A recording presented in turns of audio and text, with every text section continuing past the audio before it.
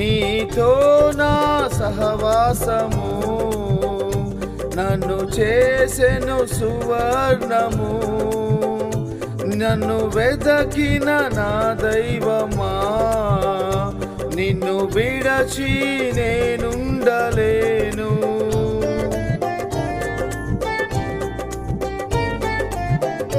నీతో నా సహవాసము నన్ను చేసెను సువర్ణము. నన్ను వెదకిన నా దైవమా, నిన్ను విడచి నేనుండలేను. సియోను స్వాచ్ఛముకై సమర్పణతో జీవింతును.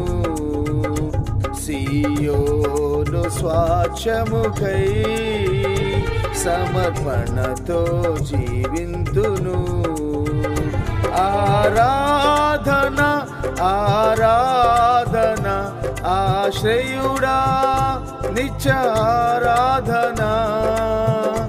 ఆరాధన ఆరాధన ఆశ్రయుడా నిత్య ఆరాధన.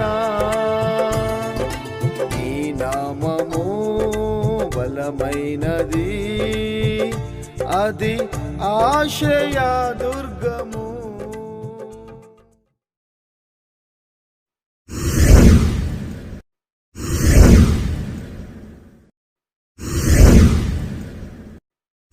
మన ప్రభువును రక్షకుడైన యేసుక్రీస్తు శ్రేష్టమైన నామంలో ఈ బుజ్జి దయ్యం గారి కుటుంబాల గృహకూడికి కూడా వచ్చిన మీ అందరూ కూడా నా హృదయపూర్వకమైన తెలియజేస్తున్నాను. దేవుడు మీ అందరినీ ఆశీర్వదించును గాక. చాలా సంతోషం. వాస్తవానికి కుటుంబానికి సంబంధించిన వాళ్ళు ముందు కూర్చోవాలి, వాళ్ళు వెనక కూర్చొని మిమ్మల్ని ముందు కూర్చోబెట్టారు అంటే దేవుడు వస్తే వీళ్ళకి ఆశీర్వాదం ఇవ్వాలి కావాలా? నాకు అర్థం కావట్లేదు. బైబిల్ చెప్తుంది, ఏ కుటుంబంలో అయితే మనం ప్రార్థన పెట్టుకుంటారో, ఎవరైతే ప్రార్థన పెట్టుకుంటారో ఆ గృహ కూడికలో మొట్టమొదట ముందు లైన్లో వాళ్ళే ఉండాలి. వాళ్ళు ఎదురు చూడాలి ప్రభు ఆశీర్వాదాల కోసం, ప్రభు క్షేమం కోసం ఎదురు చూడాలి. బైబిల్ చెప్పేది 10వ అధ్యాయంలో మనం చదువుకున్న అపోస్తలుల కార్యంలో కొర్నేలియు ఏం చేస్తున్నాడంటే, పేతురు వస్తూ ఉండగా స్నేహితులను, ముఖ్య స్నేహితులను, బంధువులను మొత్తం సమకూర్చుకొని రెడీగా కూర్చున్నాడు. వచ్చి ప్రభు తనతో మాట్లాడితేనాలని. స్తోత్రం. మరి జరగబోతున్న దినాల్లో జరగబోయే ఇలాంటి గృహ కూడికల్లో ఇలాంటి ఒక ఆత్మని సహవాసంలో ఉన్న ప్రతి ఒక్కరికి అనుగ్రహించునుగాక. ఆమేన్. ఒక చిన్న వాక్యాన్ని ధ్యానం చేసుకొని జస్ట్ ఒక 5 లేదా ఒక 10 నిమిషాలు అంతే. మీరు భయపడొద్దు, ధైర్యంగా ఉండండి, గుండె రాయి చేసుకోండి. హల్లెలూయా. యెషయా గ్రంథం 1వ అధ్యాయం 4వ వచనాన్ని మనం ధ్యానం చేసుకుందాం. యెషయా గ్రంథము 1వ అధ్యాయము 4వ వాక్యం చదవనమా. పాపిష్టి జనమా, దోషభరితమైన ప్రజలారా, దుష్ట సంతానమా, ఆ మాట అండర్లైన్ చేసుకోండి. చెరుపు చేయు పిల్లలారా మీకు శ్రమ, వారు యెహోవాను విసర్జించున్నారు. చాలమ్మా. చిన్న ప్రార్థన. మహాపరిశుద్ధుడైన తండ్రి, నమ్మకస్తుడైన దేవా, మీకు వందనాలు. ఈ కుటుంబంలో చేరి ఇప్పటి వరకు చక్కని ప్రార్థనలు, పాటలు చాలా మహింకరంగా మీరు జరిగించినారు నాయన. నా హృదయం చాలా సంతోషించింది.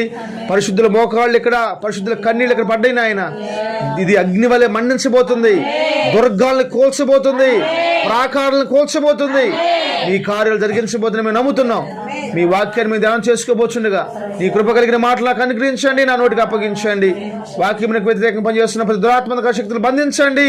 వినగలిగిన చెవులను అర్థం చేసుకున్న మనసుని ప్రతి ఒక్కరు దయచేయమని యేసు నామములో ప్రార్థన చేస్తున్నాను తండ్రి. హల్లెలూయా. చాలా సంతోషం. జాగ్రత్తగా ఒక 5 నిమిషాలు నా వైపు చూస్తూ శ్రద్ధగా మాట్లాడండి. ప్రాముఖ్యంగా కీర్తి నా మాట్లాడాలని నేను కీర్తి తెలియజేస్తున్నాను. ప్రభు మనతో మాట్లాడుతున్నాడు. లేఖనాలు మనం చదువుకున్నప్పుడు నేను ఈ కుటుంబం కోసం ఆలోచిస్తూ ఉన్నప్పుడు ప్రభు నాకు ఎందుకో ఒక మాటను జ్ఞాపం చేశాడు. ఆ మాటను చెప్పకుండా నేను ప్రార్థన చేస్తే బాగుండదు అని చెప్పేసి నేను మీకు చెప్తా ఉన్నాను. జాగ్రత్తగా కళ్ళు పెద్దగా చేసుకొని నా వైపు చూస్తూ మాట్లాడండి. ఇక్కడ ఏం చెప్తాడంటే యెషయా భక్తుడు, చెరుపు చేయు పిల్లలారా మీకు శ్రమ. జాగ్రత్తగానండి. మన కుటుంబాల్లో క్షేమకరంగా ఉండటానికి, మన కుటుంబాలు ఆశీర్వాదకరంగా ఉండటానికి, మన కుటుంబాలు అభివృద్ధి పరచబడటానికి, మన కుటుంబాలు ఆనందంతో ఉండటానికి ఒకటే కారణం, చెరుపు చేసే పనులు మానుకోవాలి. దేవుడు నాకు చెప్పింది అదే. ఏదైతే చెరుపు జరుగుతుందో ఆ పనులు, ఆ కార్యాలు మనం మానేసుకోవాలి. ఆ కార్యాలు మనం ఎప్పుడైతే పక్కన పెడతామో శ్రమలోంచి తప్పించబడతాం. ఆ కార్యాలు ఎప్పుడైతే మనం పక్కన పెడతామో ఇబ్బందుల నుంచి తప్పించబడతాం. హల్లెలూయా. జ్ఞాపం చేసుకోండి. క్లియర్గా మాట్లాడుతున్న మాట ఏంటంటే, చెరుపు చేయి పిల్లలారా మీకు శ్రమ. చెరుపుని మనం దాటుకొని పోవాలి. మన పనులు, మన కార్యాలు చెరుపు చేసే అయితే, చెడగొట్టుకునే అయితే స్తోత్రం. మేము చెన్నైలో ఉన్నప్పుడు మెరీనా బీచ్ అని ఉంది. అక్కడ బీచ్ చాలా ఫేమస్ అనమాట. 2 బీచ్లు ఉంటాయి అక్కడ, గోల్డెన్ బీచ్, మెరీనా బీచ్ అని. గోల్డెన్ బీచ్లోకి వెళ్తే 300-500 డబ్బులు కట్టాలి, ఆ ఎంట్రన్స్ ఫీజు కట్టాలి. మెరీనా బీచ్కి అయితే అవసరం లేదు, ఫ్రీ. వెళ్ళేమో పిల్లలందరూ ఎంజాయ్ చేస్తూ ఉన్నారు. నేను బయట కూర్చొని నేను చూస్తూ ఉన్నాను. చూస్తూ ఉంటే ఇద్దరు ఇట్లా చిన్నపిల్లలు ఉన్నారు. చిన్నపిల్లలు ఏం చేస్తారు, ఇసుకలో ఆడుకుంటున్నారు, బట్టలు ఇప్పి మునుగుతూ ఉన్నారు. వాళ్ళు ఒడ్డుకు వచ్చేసేసి ఇది ఏమంటారు, ఇసుకతో బొమ్మలు చేసుకుంటూ ఉన్నారు. ఇసుకతో బొమ్మలు చేసుకుంటే ఆడపిల్ల వాళ్ళ అన్నయ్య చేస్తున్న బొమ్మ చాలా బాగా వచ్చింది. ఈ ఆడపిల్లకి చేతి కావట్లేదు, చిన్నపిల్లకి. ఎప్పుడైతే ఈ పిల్లకి బాగా రాలేదో వెంటనే పోయి వాళ్ళన్న బొమ్మలు పడగొట్టేస్తుంది. ఒకసారి పడగొట్టేసింది, ఏమనలే వాళ్ళన్న. రెండోసారి పడగొట్టేసింది, ఏమనలేదు. 3సారి పడగొట్టింది, ఏమనలేదు. 4ఓసారి పడగొట్టేలేకి జుట్టు పట్టుకుని ఆన్ తీసేసాడు సముద్రంలో వాడు. అంతలో వాళ్ళు నాన్న వచ్చేసాడు. ఏంద్రా అమ్మాయిని కొడతావా బుద్ధి అసలు నీకు అని చెప్పేసి తమ్ముళ్ళు తిట్టుకుంటా వాడిని తిట్టబోతున్నాడు. నేను పక్కన చూస్తూ ఉన్నాను. వాస్తవానికి చెరుపు చేసింది ఎవరు? దెబ్బలు పడ్డది ఎవరికి? అంటే ఎందుకు ఈ మాట చెప్తానంటే, చెరుపు చేసే వాళ్ళకి శ్రమ, చెప్పే వరకు కూడా స్తోత్రం. నేను చెప్తున్నానండి, ఈరోజు మన కార్యాలు మన కుటుంబాలకి చెరుపు తీసుకొస్తున్నాయేమో మనం ఆలోచించుకోవాలి. మనం చేసే పనులు చెరుపు తీసుకొస్తున్నాయేమో మనం ఆలోచించాలి. అందుకనే జ్ఞాని అయిన సొలొమోను రాస్తూ మాట్లాడతాడు. ప్రసంగి గ్రంథం 4:3 చూడము ఒకసారి. 4:3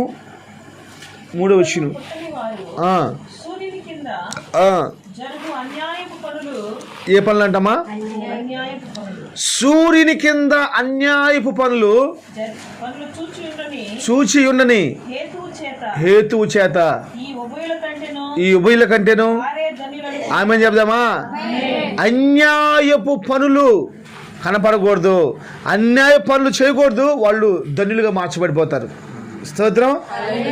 ఏది అన్యాయమో ఏది న్యాయమో మనం గ్రహించుకోవాలి. ఏది న్యాయమో ఏది అన్యాయమో మనం అలవాటు చేసుకోవాలి.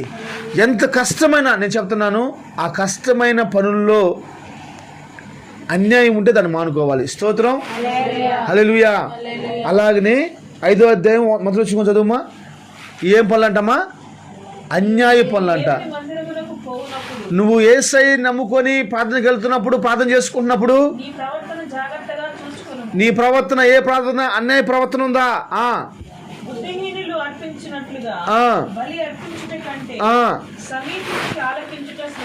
ఆమేన్.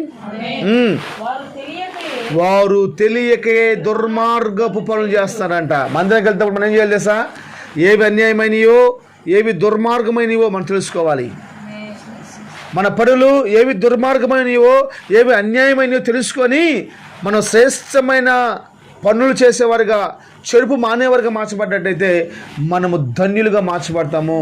మన కుటుంబం నిత్యము ఆశీర్వాదకరంగా మార్చబడిపోయింది. హోల్డర్ రాబర్ట్ అనే ఒక వ్యక్తి నాకు చాలా ఇష్టం. హోల్డర్ రాబర్ట్ అనే వ్యక్తి యేసుబాబు నమ్ముకున్నాడు. యేసుబాబు నమ్ముకున్నాక చక్కని భార్య దొరికింది. వాళ్ళు దొరికినాక ఆయనకు ఉద్యోగం వచ్చింది. ఆ ఉద్యోగ నిమిత్తం వాళ్ళు వేరే రాష్ట్రానికి వెళ్ళిపోయారు. వేరే రాష్ట్రానికి వెళ్ళిపోయినప్పుడు ఈ అమ్మాయి వాళ్ళు చాలా ఉన్నవాళ్ళు, ఈ అబ్బాయి వాళ్ళు ఒక మిడిల్ క్లాస్ ఫ్యామిలీ. వెళ్ళిపోయినాక ఇల్లు దొరకట్లేదు వాళ్ళకి, అక్కడ ఇల్లు లేవు. అప్పుడు ఒక ఫ్రెండ్ ఇంట్లో ఉంటున్నారు. ఒక ఫ్రెండ్ ఇంట్లో వాళ్ళు 3 రూములు ఉంటాయి, 2 బెడ్రూములు, ఒక హాలు, ఒక కిచెన్ ఉంటుంది. అయితే ఒక బెడ్రూమ్లోనేమో ఈ రాబర్ట్ వాళ్ళ ఫ్యామిలీ ఉంటుంది, ఇంకో బెడ్రూమ్లోనేమో వాళ్ళ ఫ్రెండ్ వాళ్ళ ఫ్యామిలీ ఉంటున్నారు.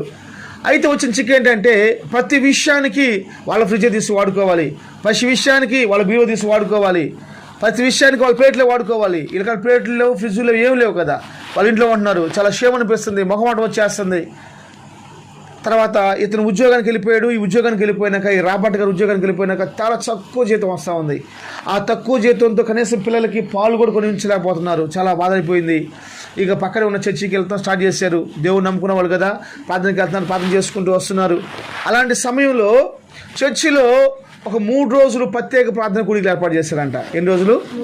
ఎప్పుడైతే చర్చిలో ప్రార్థన కూడికలు ఏర్పాటు చేశారో వెంటనే అతను పోతున్న చిన్న ఉద్యోగంతో సంపాదిస్తున్నటువంటి ఉద్యోగంలో, ఆ జాబ్లో ఆ మేనేజర్ గారు ఏం చెప్పారంటే, బాబు రానున్న పలానా అదే డేట్లో ఒక చాలా ప్రాముఖ్యమైన ప్రోగ్రాం పెట్టాడంట. ఎవరైతే ఈ ప్రోగ్రాంలో కలుసుకోరో వాళ్ళకి డిస్మిస్ చేసేస్తాం అని చెప్పేసి ఒక ఆర్డర్ ఇచ్చేసాడు. ఆల్రెడీ నోటీస్ కూడా ఇచ్చేసేసారు. ఇక మొత్తం మీద ఆదివారం ప్రార్థనకి వెళ్ళారు. ప్రార్థనకి వెళ్ళి సాకులు ప్రకటించారు, అమ్మ పలానా ఆ తారీఖు ఈ తారీఖు 3 రోజుల్లో ప్రార్థనలు ఉంటాయి, దయచేసి మ్యాక్సిమం అవకాశం ఉన్న వాళ్ళందరూ పనులు మానుకోండి, ప్రార్థనలో కలుసుకోమని చెప్పంటే ఈ రాబట్టలేడంట ముందుకి. సార్ ఇటు సంగతి సార్, మరి అన్న మరి మా చర్చ్ మాకు ఆఫీస్లో ఇలాంటి ప్రోగ్రాం పెట్టారు, మేము ఏం చేయాలో మాకు అర్థం కావట్లేదు, మీరు ఇట్లా ఈ డేట్లో పెట్టారు, ఈ డేట్లు మారుస్తే బాగుండు కదా అని అడిగాడంట. ఏం మార్చాడంట? ఈ రాబర్ట్ గారు అంటాడు, అతను పనులు ఉన్నాయి కాబట్టి పనులు లేని సమయంలో ప్రార్థన చేసి పెట్టిన డేట్లు మార్చాలంట నీకు అనుకూలంగా. అప్పుడు ఏమన్నా అంట, ఎందుకు అట్లా అంటున్నావు రాబర్ట్ అంటే, మా మేనేజర్ చాలా దుర్మార్గుడు, మా మేనేజర్ చాలా కఠినాత్ముడు, నాకు ఇచ్చే తక్కువ శాలరీతో ఎక్కువ కష్టపడుతున్నాను, అయినా జారీ దయ లేకుండా లీవులు కూడా ఇవ్వకుండా పని చేసుకుంటున్నాడు. ఈ మూమెంట్లో మాకు ఆర్డర్ వేసే నోటీస్ బోర్డు కూడా ఇచ్చేసాడు, ఈ 3 రోజులు ఎవరైతే ఆఫీస్కి రారో వాళ్ళని తీసేయమని చెప్పేస్తున్నారంట. అయితే ఆ దైవజనుడు చెప్పిన మాట ఏంటంటే, ఒకవేళ నీ బతుకు మార్చడం కోసం ఈ మీటింగ్లు పెట్టేయడము, ప్రజలో నీ పరిస్థితులు మార్చడం కోసం దేవుడు ఈ మీటింగ్లు పెట్టేయడము ఒకసారి ఆలోచించుకోమన్నాడంట. ఈ మాటని తీసుకుని భార్య చెప్తే భార్య భర్త కూర్చొని ఆడటం స్టార్ట్ చేశారు. అయ్యో ఇంకేం చేయాలి, ఇటు ఆఫీస్కి పోకపోతే ఉద్యోగం పోయింది, ప్రార్థనకి వెళ్తేనేమో ఏం జరిగిందో తెలియదు కానీ ఫుడ్ అయితే ఉండదు, ఇప్పటికే పాలకి కష్టమైపోయింది, నీళ్ళకి కష్టమైపోయింది, ఫ్రెండ్ వాళ్ళు ఇంట్లో ఉంటున్నారు, వేదన అయిపోయింది. ఏది అయితే ఏమైందని చెప్పేసి అని మొత్తం మీద 3 రోజులు ఆఫీస్కి పోకుండా ప్రార్థనకి వెళ్ళిపోయాడు. ప్రార్థనకి వెళ్ళిపోయి చాలా సంతోషంతో వాక్యం వినేసేసి బలపరచబడిపోయి, నువ్వేం అసలు భయపడాల్సిన అవసరం లేదు, ఈ కుటుంబం ఇట్ట అని చెప్పేసి అన్నారు. పోయేలేకే మొదటి పేరు మనవడే ఉంది, రాబర్ట్ డిస్మిస్, కంపెనీ నుంచి తీసిపడేశారని చెప్పేసి అని వచ్చేసారు. భార్యకి చెప్పాడు, అమ్మాయి సంగతి మనల్ని ఉద్యోగం తీసేశారు అని. ఇద్దరు ఏడ్చుకొని అలసిపోయి పడుకున్నారు. ఖచ్చితంగా 11:30-12 అవుతున్న టైము. ఒక ఆయన వచ్చేసి తలుపు కొడుతున్నాడు. ఏందా తలుపు సౌండ్ వస్తుందని చెప్పేసి తలుపు చూశారు. బాబు ఈజ్ రాబర్ట్? Yes sir. నేను మా కంపెనీలో తీసుకోవాలని చెప్పేసి, ఎందుకు నాకు ప్రేరేపణ వచ్చింది, నీ అడ్రస్ కొన్ని వచ్చని చెప్పేసి అని ఆ దినాల్లో $400 ఫస్ట్ శాలరీ తీసుకున్నాడంట ఆయన. నేను ఈ సాక్ష్యం వింటున్నప్పుడు నిజంగా నా హృదయం పులకరించిపోతా ఉంది. అంటే మనం చేసే పనులు అన్యాయ పనులు కాకుండా, మనం చేసే పనులు దుర్మార్గు పనులు కాకుండా, మనం చేసే పనులు చెరుపు చేసే పనులు కాకుండా ఉన్నట్లయితే స్తోత్రం, అవి ధన్యకరమైన పనులుగా మార్చబడతాయి, అలాంటి కుటుంబాలు ఆశీర్వకరంగా మార్చబడతాయి. ఆమె నేను ఒక్క మాట చెప్పేసి ముగిస్తాను. దేవుడు ఈ కుటుంబం కోసం చెప్పిన మాట నేను చెప్పాలని ఆశపడుతున్నాను. ద్వితీయోపదేశకాండం 28వ అధ్యాయము 12వ వాక్యాన్ని చదవండి. ద్వితీయోపదేశకాండము 28వ అధ్యాయం 12వ వచనం త్వరగా. యెహోవా నీ దేశం మీద వర్షము యెహోవా నీ దేశం మీద తన కాలమందు వర్షం కురిపించుటకును, నువ్వు చేసే పనులను బట్టి ఆశీర్వదించుటకును, ఆకాశముల నుంచి మంచి నిధులను తెరచుటకు, తన మంచి ధననిధిని తెరచును. నువ్వు అనేక జనం దగ్గర అప్పు తీసుకుంటావు,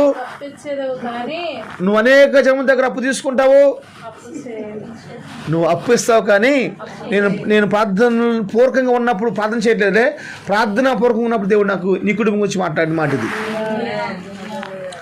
అంటే నేను ఈ వాక్యాన్ని మాట్లాడుతున్నప్పుడు కొన్ని రిఫరెన్స్ ప్రభు నాకు జ్ఞాపం చేస్తాడు. విత్ ఇన్ 5 నిమిషాలు కూడా పట్టలేదు, నాకు జ్ఞాపం చేస్తాడు. ఆ జ్ఞాపం చేస్తున్న మాటలే బైబిల్ చెప్తుందంటే ఈ కార్యములు అంటాడు అక్కడ. ఏ కార్యములు? ఈ కార్యములు. మరొకసారి చదువుమా. యెహోవా ఈ దేశం మీద వర్షమును దాని కాలమందు కురిపించుటకు నీ చేయి కార్యం అంటే ఏందమ్మా? పనులు. నువ్వు చేసే పనులను బట్టి దేశం మీద వర్షం కురిపిస్తాడు, నీ కుటుంబానికి ఆశీర్వాదం తీసుకొస్తాడు, ఆకాశపు యొక్క మంచి నిధులను తెలుస్తాడు. అంత మాత్రమే కాదు, నువ్వు అనేక మందికి అప్పిచ్చేవాడుగా మార్చబడతావు. అంత మాత్రమే కాదు, నువ్వు చెప్పాలి, నువ్వు చేయవు, అప్పు చేయవు. యేసు నామములో ఈ మాట సహవాసం స్థిరపరచును గాక, ఈ కుటుంబంలో ప్రభు స్థిరపరచును గాక. అయితే ఏం చేయాలమ్మా? మనం చేస్తున్న కార్యాలని అబ్జర్వ్ చేసుకోవాలి. ఏ కార్యాలు అవి? ఏ కార్యాలు? చెరుపు చేసే కార్యాలా? అన్యాయపు కార్యాలా? దుర్మార్గుల కార్యాలా? ఎంత శ్రేష్టమైన ఆశీర్వాదం, కీర్తి, ఎంత శ్రేష్టమైన దీవెన ఎవరివ్వగలరు? మాట నేను నమ్ముతున్నాను. నా దేవుడు చెప్పిందని నిర్వచించడానికి సాధ్యం కలిగిన దేవుడు. ఆమేన్, హల్లెలూయా.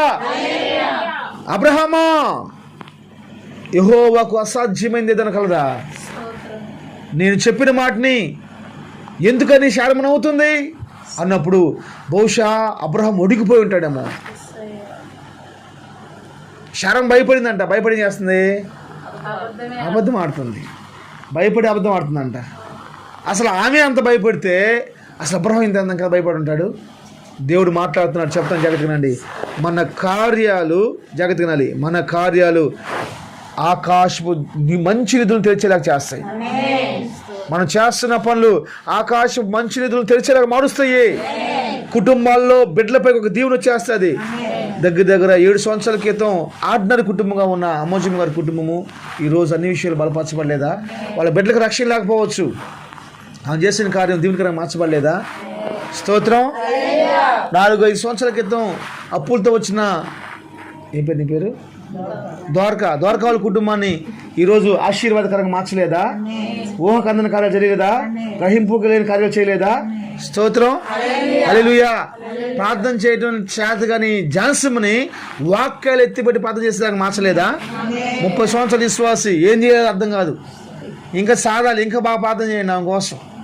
ఆమె రావటం మన సహవాసానికి దీవెన. ఆమె చేస్తున్న ప్రతి ప్రార్థన ప్రభు ఆశీర్వదించబోతున్నాడు. ఆమె కోసం మీరు అందరూ బాగా ప్రార్థన చేయండి. మంచి ఆరోగ్యమైన ప్రభుని ప్రార్థన చేయండి. వాక్యాలు ఎత్తిపెట్టి ప్రార్థన చేసి కృపణమైన ప్రభుని ప్రార్థన చేయండి. స్తోత్రం. జాగ్రత్తగా నాలి. మనం చేస్తున్న కార్యాలను బట్టి దేవుడు చేస్తాడంట, ఆకాశం నుంచి మంచి నిధులు చేస్తాడంట, ఆశీర్వదిస్తాడంట. చెప్పాలి, అప్పు చేయకుండా అప్పు ఇచ్చే వరకు మాస్తాడంట. ఎంత వడ్డీయో? ఎంత వడ్డీ? చదువుమా. ఎంత వడ్డీ అంట? ఎంత వడ్డీకి ఇస్తామంట అప్పు? స్తోత్రం.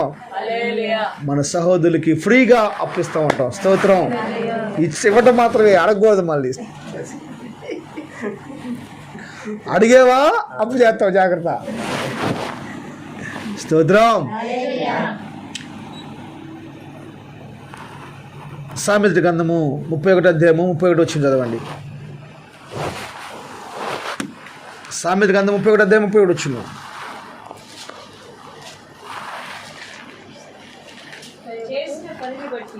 ఎవరు చేసిన పని బట్టమ్మా? స్త్రీలు, కుటుంబంలో ఉన్న స్త్రీలు చేసిన పనిని బట్టి, నువ్వు చేసిన పనిని బట్టి, కీర్తి చేసిన పనిని బట్టి, లిడియా చేసిన పనిని బట్టి, అమోజము చేసిన పనిని బట్టి, కీర్తి చేసిన పనిని బట్టి, ద్వారక చేసిన పనిని బట్టి, చేసిన పనిని బట్టి అట్టి దానికి ప్రతిఫలము ఇయ్యదగును. గవినుల యొద్ద ఆమె పనులు కొనియాడబడును. Praise the lord. Hallelujah, hallelujah. స్తోత్రం, స్తోత్రం, స్తోత్రం, స్తోత్రం, స్తోత్రం. నువ్వు ఈ మధ్యకాలం నేను యూట్యూబ్లో ఒక మా సంగతి ఉన్నాను. 700 కోట్ల ఎన్నో అప్పు చేసేసి భర్త ఆత్మహత్య చేసుకున్నాడు. 700 కోట్లు అప్పు చేసేసిపోయి ఆత్మహత్య చేసుకున్నాడు. కంపెనీ మూసేసుకున్నాడు. కంపెనీ మూసేసారు. వాళ్ళ భార్య లేచింది. ఈ లగవంగానే అందరూ వస్తున్నారు అప్పులు కట్టండి అని చెప్పేసి అని. ఏం చేసిందో తెలియలేదు. 700 కోట్ల రూపాయలు అప్పు తీసేసింది. ఆల్మోస్ట్ కొన్ని 100 కోట్లు తిరిగి లాభంలో తెచ్చుకుంది. స్తోత్రం.